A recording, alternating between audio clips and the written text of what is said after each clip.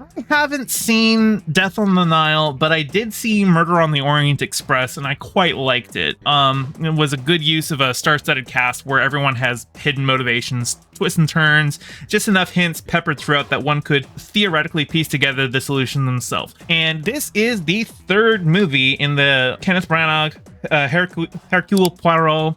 Don't hate me, I'm not French. Or Belgian, I think is his character. Yeah, this is the third film in this film franchise.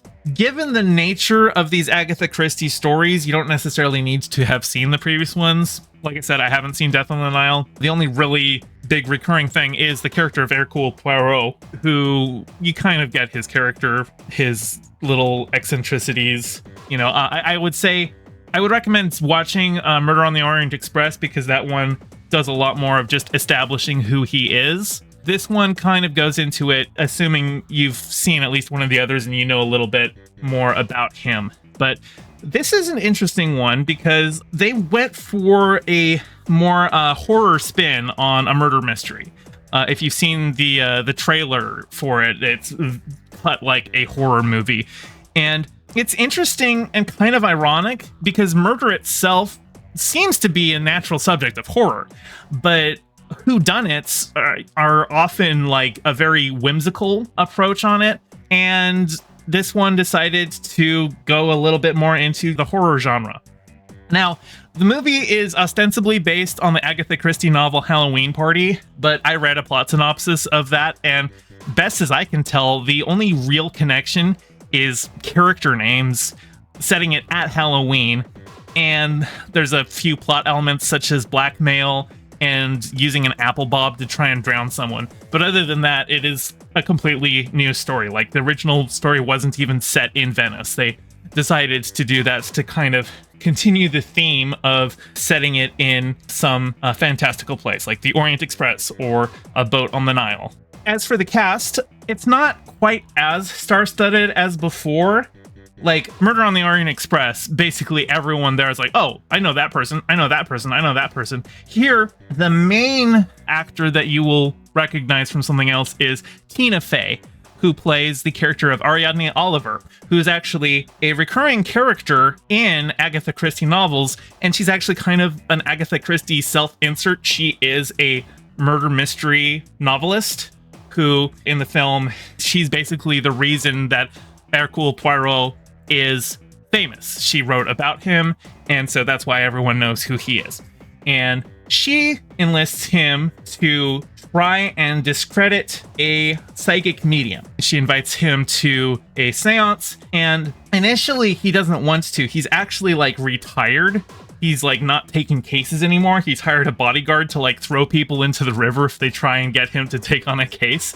But something about this medium where Ariadne's like, look, I need you here because like I've seen her a couple of times, and you know, I'm a skeptic, but I can't make heads or tails of it. And if you can't figure it out, I might just become a believer. And that's actually kind of one of the themes of the film is the struggle between rationality and faith. And it actually becomes pretty personal for Poirot himself, because there's a character in this film who he's a doctor and he served in World War II and he has PTSD from that. And he and Poirot kind of see a little bit of each other in themselves, because basically everywhere Poirot goes, death follows him. So they are both kind of haunted by their past in that way.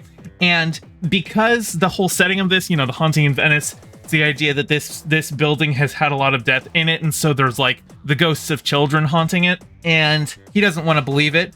But also, it's not that he doesn't want to believe in ghosts, it's that he has seen no evidence for them.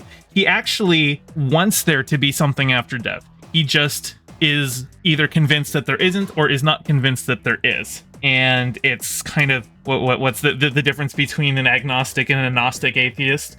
And that's kind of, you know, something with him where he's like, no, I don't believe, but it kind of is sad that there isn't anything after that. And I kind of assumed that this movie was going to go in a Robert Downey Jr. Sherlock Holmes way, the first movie in the Sherlock Holmes Robert Downey Jr. series, where the villain had like presented himself as like this black magician, where it turned out he was actually just using theatrical tricks to make people think he was using dark magic, but in reality there was no magic whatsoever.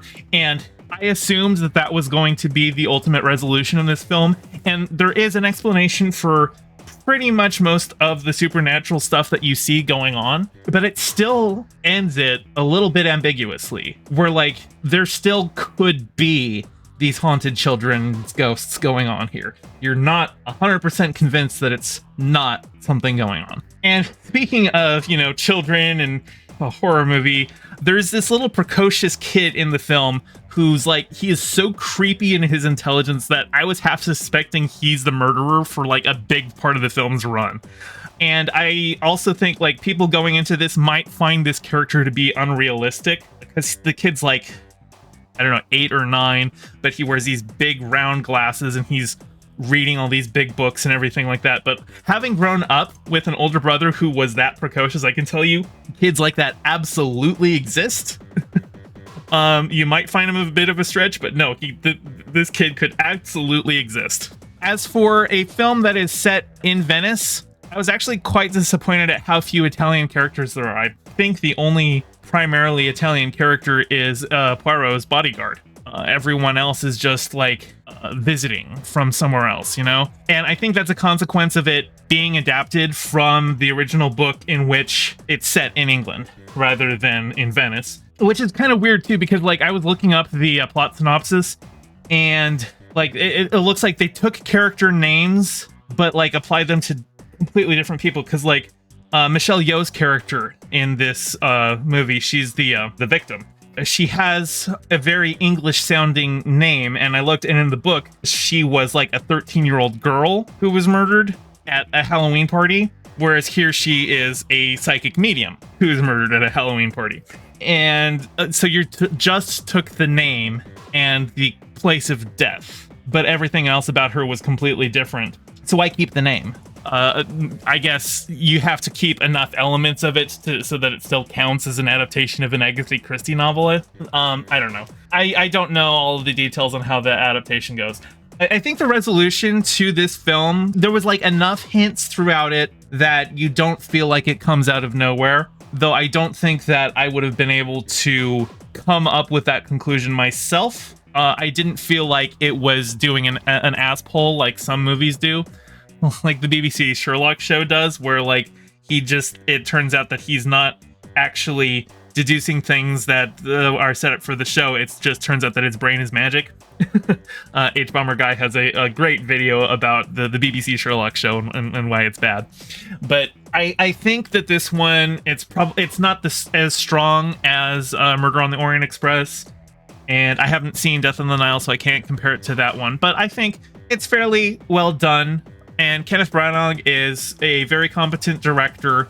Actually, interestingly, I was noticing certain directorial flourishes in this film that are comparable to ones that he used in Thor, because he directed the first Thor movie. There were certain Dutch angles that he was using that I was recognizing. I'm like, oh yeah, that's a Branagh film. But overall, I think it's quite a decent whodunit, and I would give it a watch if I were you. Hey, thanks for watching. I'm trying to get my channel monetized, so your view means a lot. Don't forget to toss me a like and subscribe and ring the bell. I stream every Monday and Thursday at 5 p.m. Pacific, so catch me live and join in on the convo. You can find all my socials in the description below, and thank you to all my patrons with a special shout out to Piftle Cakes and Ryan D. Your support means the world. Catch you next time.